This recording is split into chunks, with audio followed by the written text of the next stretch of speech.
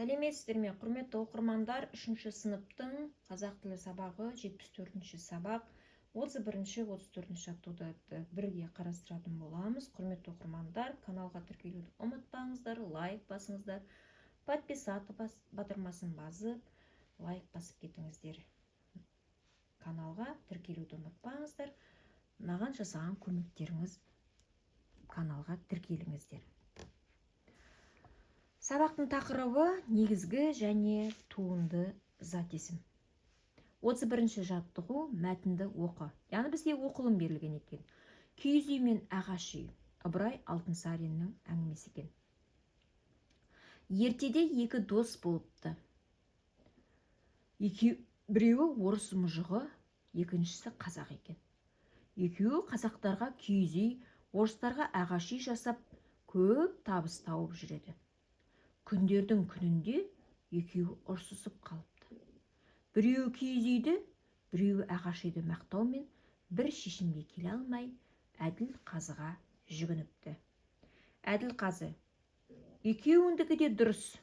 Киіз үй көшіп қонып жүруге қолайлы. Ал қыста жұмыс адамына тынығу үшін түнге қарай жылы ағаш үй керек.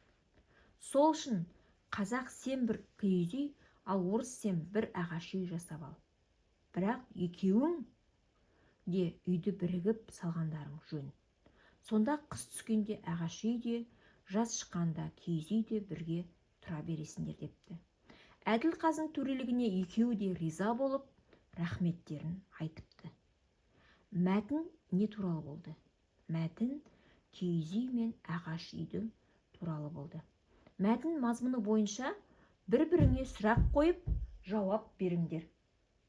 Бұл жерде ертеде кімдер болыпты? Ертеде екі адам дос болыпты. Олардың ұлттары қандай екен? Біреуі орыс екен, біреуі қазақ екен. Қазақ қандай үй салыпты?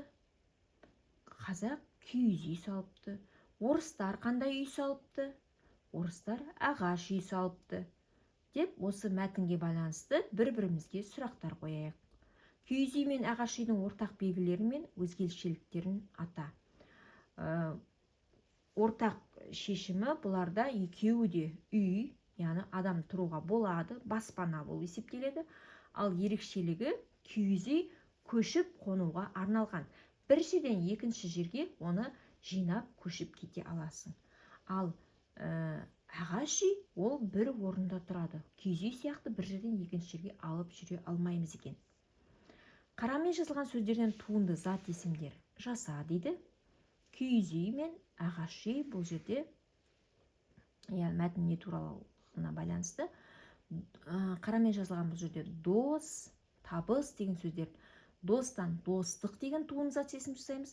Табыстан табыскер деген, кер деген жүрна жалғау арқылы туынды зат есім жасай алатын боламыз. 32-ші жаттығу. Өлеңді көркем жаз. Менің атам жайлауға малын айдап шығыпты.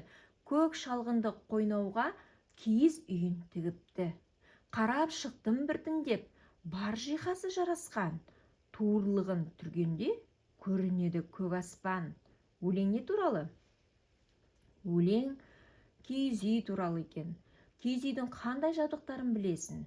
Киіз үйдің туылдырлық, жиһаз, уық, шаңырақ деген оның өзінің жабдықтары бар екен. Әрине киізбен қапталады. Зат есімді сөз құрамында талда дейді. Бұл жерде атам, түбірі ата, мы жалғау, жайлауға, түбірі жайлауға, жалғау, малын, түбірі мал, ын деген жалғау бізде. Жиһазы, түбірі жиһаз, жалғау, аспан, бұл жерде түбір сөзде тұр екен. Міне осылай зат есімдерді тауып, мына қызыл түспен белгіленгенде етіп, өздерің дәптерлеріңе карандашпен белгілеп шығуларыңызға болады. Әрине өлеңді көркем, әдемі жазуды ұмытпаймыз. Мәтінді оқы. 33-ші жаттығу. Оразда кітап мол екен, шкафтың жоғарғы 3 сөресі толып тұр. Әдемі тізіліп жиналған. Шкафтың төменгі сөрелері де бос емес. Онда мал мен құстың, аңның, адамның неше алуан мүсіндер тізіліп тұр. тауық, өгіз, керіктің мүсіндері өздерінен еш аумайды. Бұларды Ораздың өзі жасаған еді. Балдырған журналынан. Қарамен жазған сөздерді түбірін тап, оларға түрлі жұрнақтар қосу арқылы туынды зат есім жаса дейді.